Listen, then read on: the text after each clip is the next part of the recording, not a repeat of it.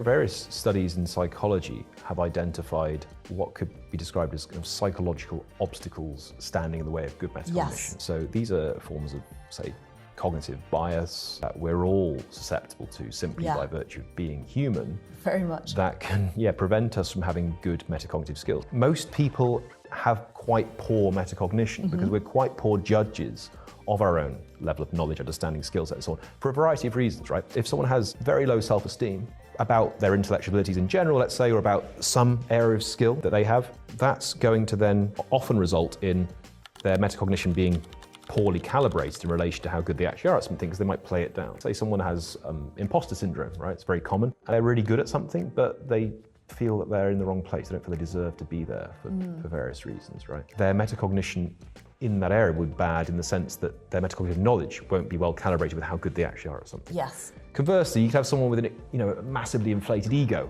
in some area, right? And they think they're amazing at something and they're really not. So an example of a psychological obstacle to metacognition is something called the Dunning-Kruger effect. So this is the tendency that's quite common of a person to significantly overestimate their level of knowledge, understanding, skill, ability in some area, and significantly underestimate their weaknesses in those areas, right? And this is very common. That's an example of poor metacognition.